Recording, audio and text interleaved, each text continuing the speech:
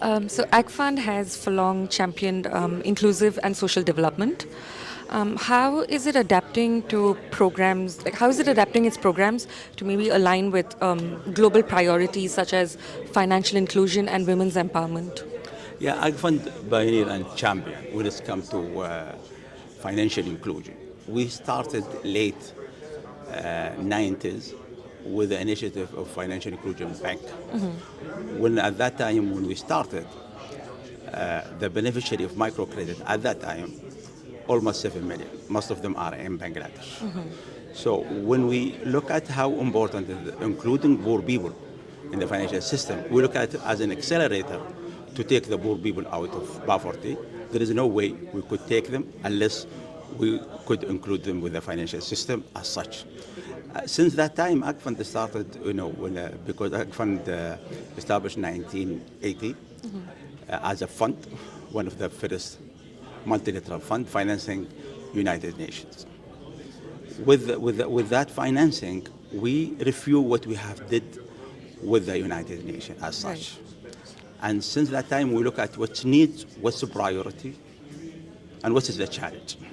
And we choose the challenge. Right. And we find out that 1997, the challenge facing the whole globe is 5 areas.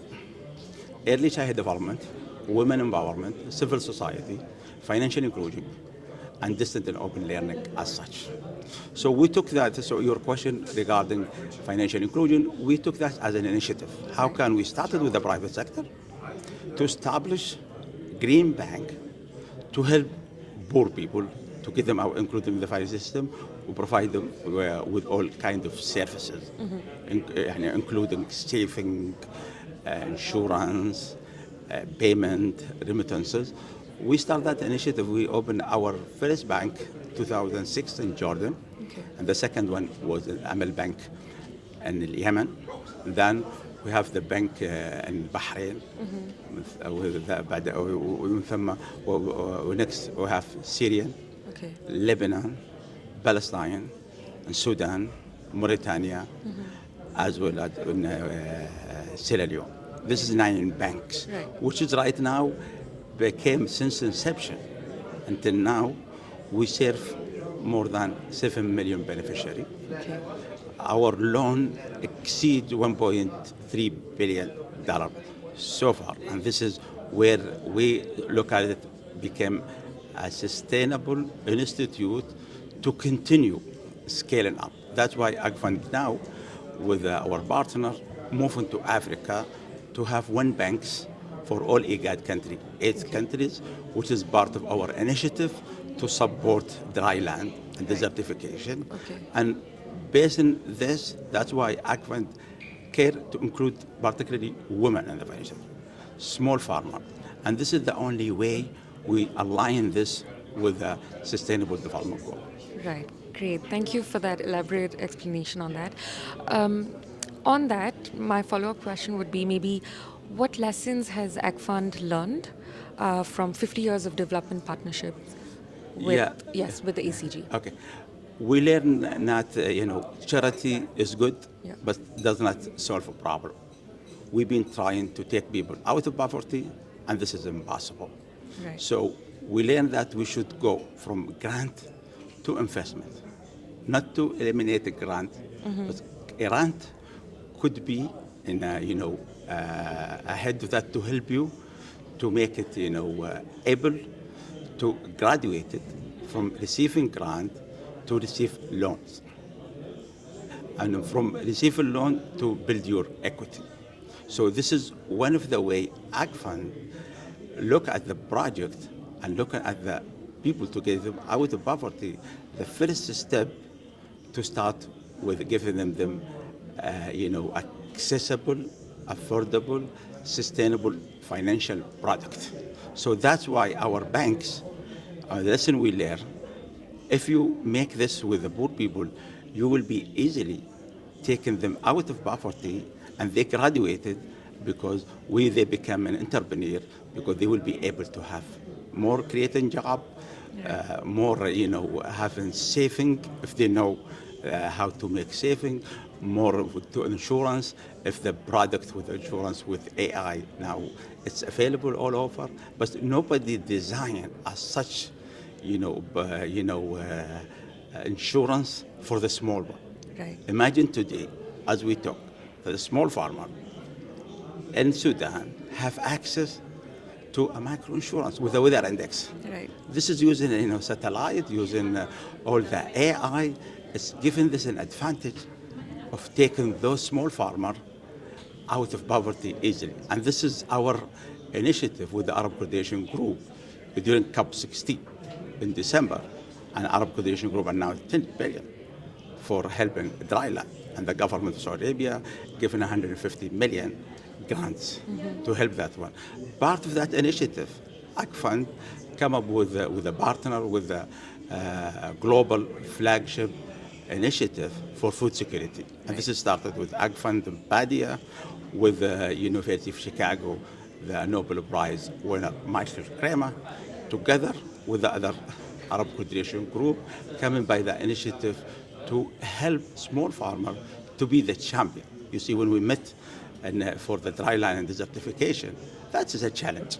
Right. We discuss how can we see what is the opportunity. We find the opportunity to help the small farmer to be the champion, to be the champion to help us to restore the land and feed us. So the only way we do it, to include them in the financial system, give them loan, to give them insurance, give them the right seed, and link them with the supply chain. At the same time, the small farmer taking care of the land. The land get to be, the soil get to be healthy. And the only one who knows the land, who loves the land, he is the small farmer. So we look at them not as a poor, as a micro enterprise. So we want to see the agriculture for the small farmer as profitable.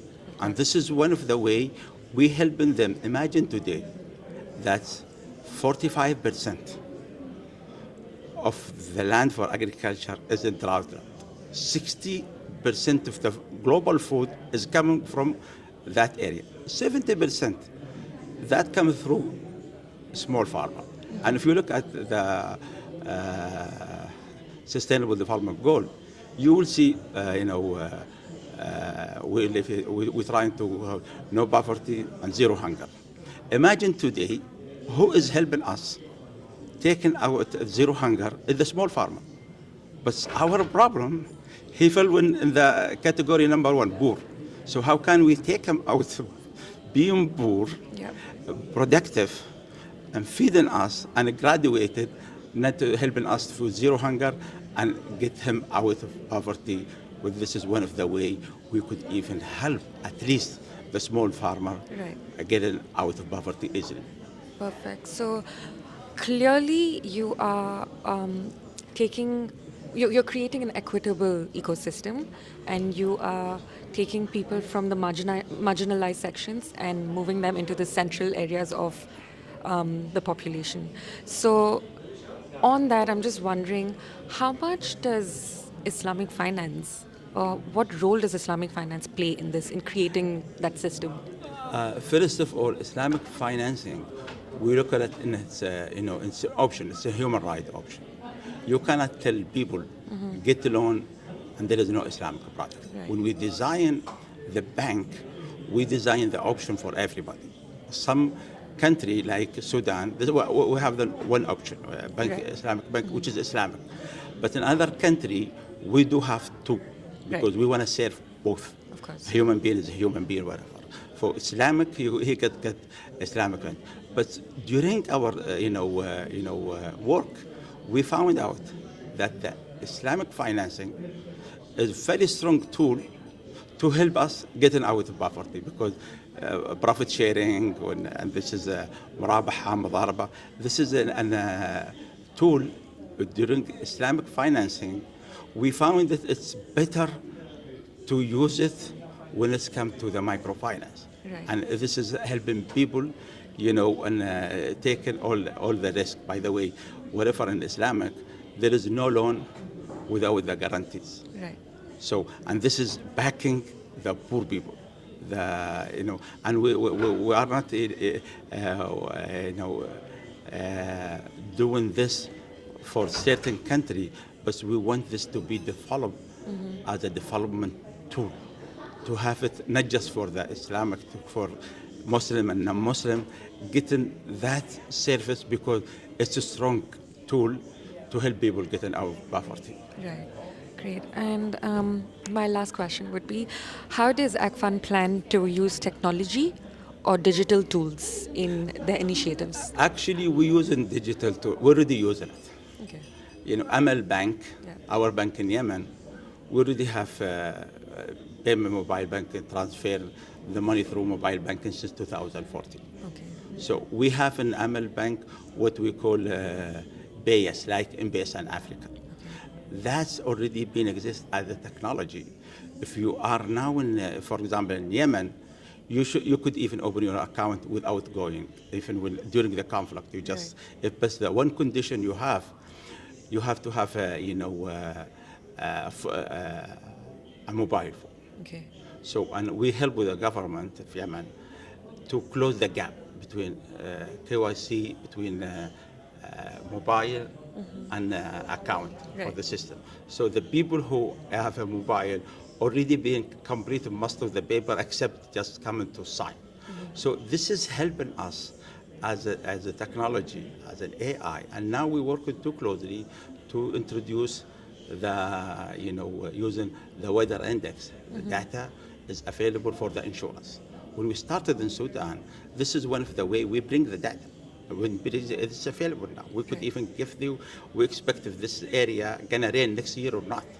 So the only way we have it, the AI, you have to design a product or financial services to help people. So when we have the data, we bring the insurance. Insurance is hesitant.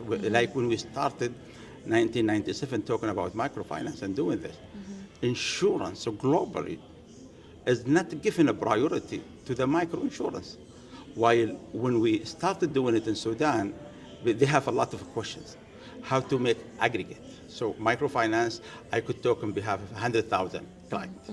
This is where microfinance helping those groups to get insurance. And when we started doing this in Sudan, it's a win-win situation.